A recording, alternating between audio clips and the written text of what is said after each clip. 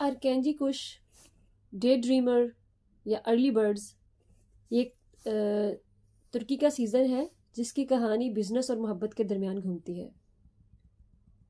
इसका मरकज़ी किरदार सैनम अपने वालिद के ग्रोसरी स्टोर को चलाती है जबकि उसने पोल्ट्री फार्मिंग में डिग्री ली होती है। ये लड़की अपने सपनों में ही गुम रहती है, ये एक डायरी लिखती है और उसका ख्वाब होता है कि वो एक राइटर बने। उसकी बड़ी बहन लैला तुर्की की एक मशहूर एडवर्टाइजिंग एजेंसी में असिस्टेंट होती है और वह एक कैरियर ओरिएंटेड लड़की होती है। सैनम के वालिदैन मिस्टर निहात और मिसेस महकबे चाहती हैं कि उनकी बेटी सैनम भी अपनी बड़ी बहन लैला की तरह एक कामयाब वर्किंग वुमेन बने, जबकि सैनब सबसे मुनफरिद लड़की होती है और वो अपने ग्रोसरी स्टोर पर मुतमिन होती है। उसके घर वाले उसे धमकी देते हैं कि या तो कोई नौकरी करो या फिर तुम्हारी शादी मोहल्ले के मुजफ्फर के साथ करा देंगे, क्योंकि मुजफ्फर सैनम का बचपन का साथी होता है और उसे पसंद करता है, जबकि मुजफ्फर का किरदार इस सीज़न में 70% हद तक तो बहुत इरिटेटिंग होता है। खैर, सैनम मुजफ्फर से शादी के डर से लैला के दफ्तर में एक हेल्पर के तौर पर नौकरी करना शुरू कर देती है और पहले ही दिन उस एजेंसी के मालिक और उसके छोटे बेटे एमरे को अपनी फोटोग्राफिक मेमोरी से मुतासिर कर देती है। लैला एमरे की असिस्टेंट होती है और एमरे एक लड़की आयलन के प्यार में होता है। आयलन इस सीज़न का मनफी किरदार होता है, खब्बासत से भरपूर। लैला एमरे को पसंद करती है और एमरे की महबूबा आयलन एमरे को एजेंसी के राज उगलवाने के लिए इस्तेमाल करती है।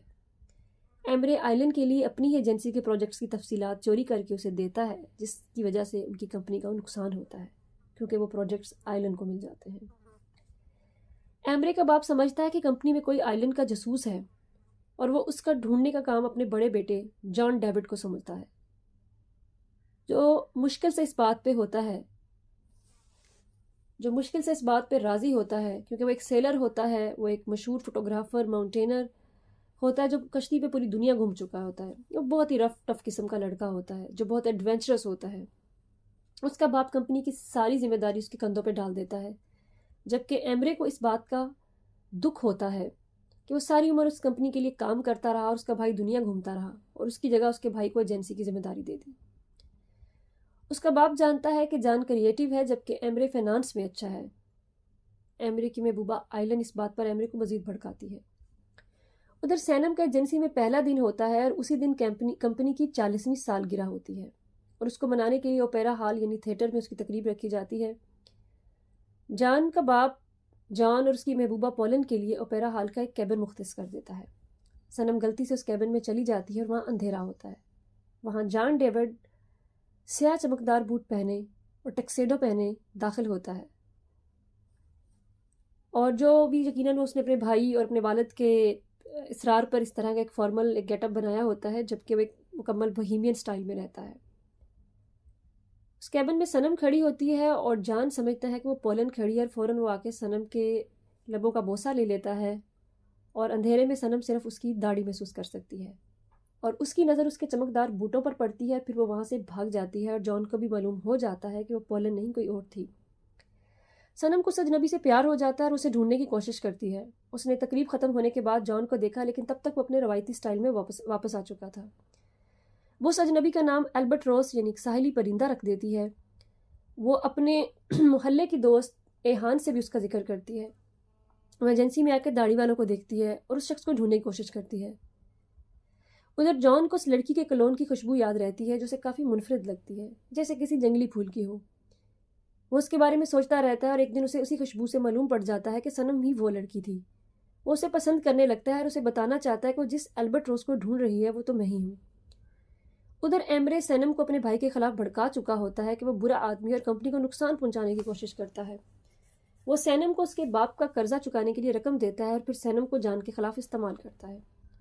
लेकिन कुछ ही अरसे के बाद सैनम को मालूम हो जाता है कि जान नहीं एमरे गलत है और उसकी वजह से जान का फोटोग्राफी लाइसेंस मुअत्तल हो जाता है और जान को फोटोग्राफी से इश्क होता है।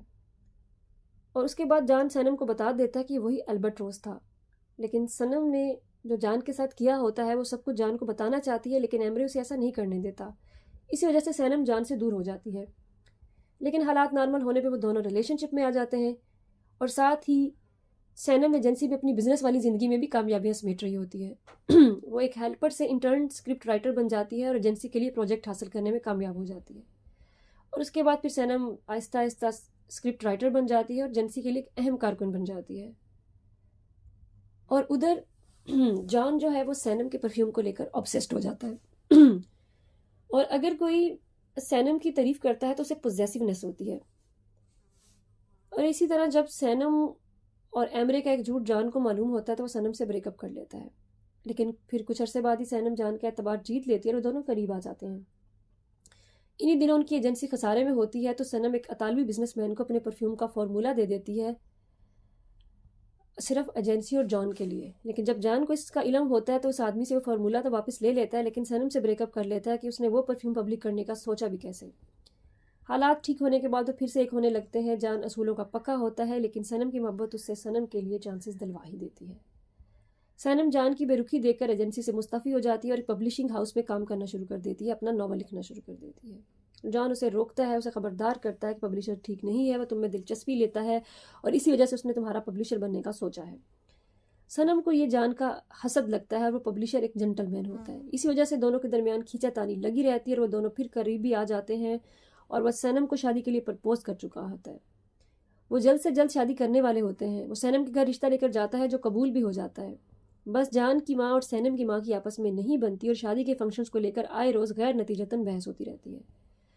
दूसरी जानब एमर आइलैंड के चक्कर से निकल आता है और लैला से मोहब्बत करने लगता है और वो दोनों घर वालों से छुपके शादी कर लेते हैं, क्योंकि उनको लगता है कि जान और सैनम की तरह उनकी शादी भी लटक जाएगी। वो दोनों शादी तो कर लेते हैं, लेकिन इसी वजह से सैनम और जान शादी का फैसला कुछ देर के लिए रोक देते हैं। इधर वो पब्लिशर जान की माँ के साथ मिलकर ऐसी चाल चलता है कि सैनम और जान अलग हो जाते हैं और जान उसे छोड़कर अपनी कश्ती लेकर समुद्र को निकल जाता है, अपना नंबर बंद कर देता है।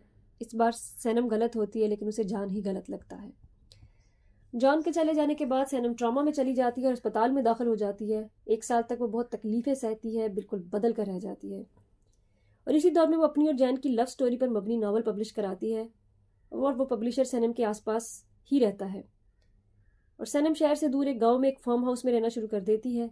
सैनम के नावल्स का तर्जुमा कई ज़बानों में हो चुका होता है और एक मशहूर राइटर बन जाती है। लेकिन हिजर का गम उससे उसका सारा शौकपन छीन लेता है। 1 साल के बाद जान वापस आता है और उसका टकराव सैनम से होता है। वो भी बहुत बदला हुआ होता है। वो भी पूरा साल सैनम के बारे में सोचता रहता है, लेकिन 1 साल बाद दोनों के दरमियान अजनबियत की दीवार खड़ी हो चुकी होती है। जान का बाप और एजेंसी के लोग सैनम और जान को एक करना चाहते हैं, तो दूसरी तरफ जान की माँ और वो पब्लिशर दोनों को दूर करने की कोशिश करते हैं। हालात ऐसे पैदा हो जाते हैं कि सैनम और जान दोनों उसी जगह पर रहना शुरू कर देते हैं। जान के जाने के बाद उनकी एजेंसी तबाह हो गई थी और एजेंसी के सबसे मुखलिस लोग सैनम को मनाकर उसे एजेंसी के राइट्स खरीदने पर राजी कर लेते हैं और सैनम के फार्म हाउस में ही उसका दफ्तर बनाकर काम करना शुरू कर देते हैं। और उधर सैनम ने मुख्तलिफ परफ्यूम और क्रीमों का कारोबार करना शुरू कर दिया होता है। जान का बाप सैनम से आधे शेयर वापस खरीद लेता है और इसी तरह वो सब लोग फिर से करीब आ जाते हैं और एजेंसी के लिए काम करना शुरू कर देते हैं। इस तरह सैनम और जान भी समझ जाते हैं कि वो एक दूसरे को नहीं भूले। तमाम तर तूफानों से लड़कर वो फिर से एक हो जाते हैं। वो 2 साल के लिए वर्ल्ड टूर के लिए निकलना चाहते हैं और फिर शादी करना चाहते हैं। सैनम के वालिदैन खुशी खुशी इसकी इजाज़त नहीं देते, बल्कि नाराज़ होते हैं। उनको सैनम की फ़िक्र होती है। इससे पहले कि वो वर्ल्ड टूर पर जाते हैं, दोनों का रोड एक्सीडेंट होता है और जान बमुश्किल बच पाता है, लेकिन उसकी वजह से जान की शॉर्ट टर्म मेमोरी आर्जी तौर पर ख़राब हो जाती है और वो पिछले 2 साल की सारी मेमोरी भूल जाता है और सैनम को भी भूल जाता है। लेकिन उसको सब बताते हैं कि वो सैनम से बहुत प्यार करता था। वो सैनम का वो नावल भी दूसरी बार पढ़ता है। पहली बार उस नावल ने उन दोनों को करीब आने में मदद दी थी और इस मरतबा अपनी यादों को तो नहीं पा सकता था, लेकिन दूसरी बार सैनम के प्यार में मुब्तला हो जाता है। सैनम के लिए ये दूरी बहुत तकलीफदा होती है, लेकिन जब उसकी यादाश्त की वजह से वो सैनम के लिए अजनबी बन जाता है।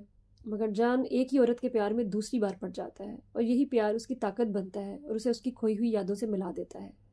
वो फिर जल्दी से शादी करके वर्ल्ड टूर पर निकल जाते हैं और उसके बाद सैनम के एक साथ 3 बच्चे होते हैं। सैनम के नावल का अंजाम ही उन 3 बच्चों पे होता है, जबकि उस वक्त सैनम और जान के एक होने की कोई उम्मीद नहीं थी।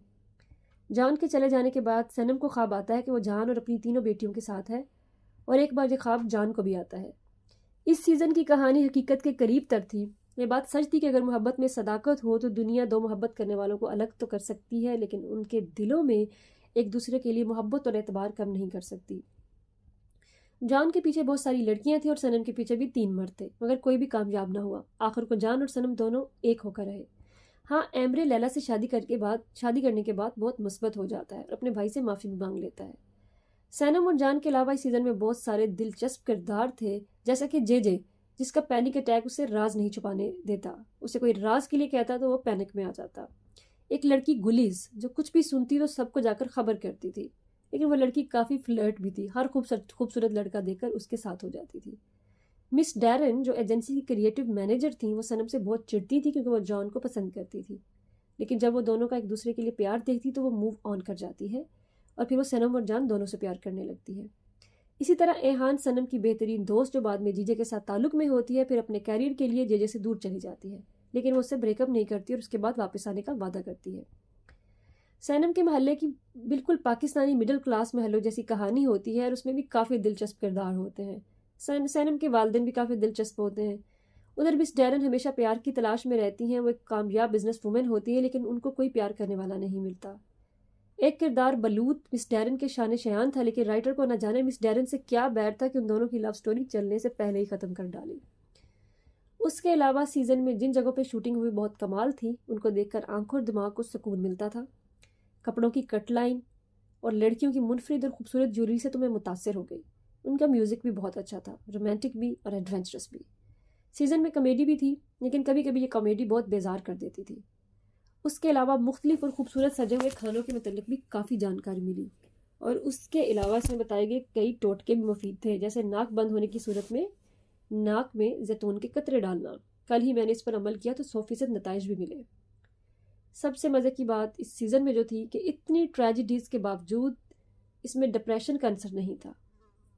इसकी उदास एक साथ देख कर भी आपको उदासी नहीं होती, यानी उदासी आप पर तारी नहीं होती।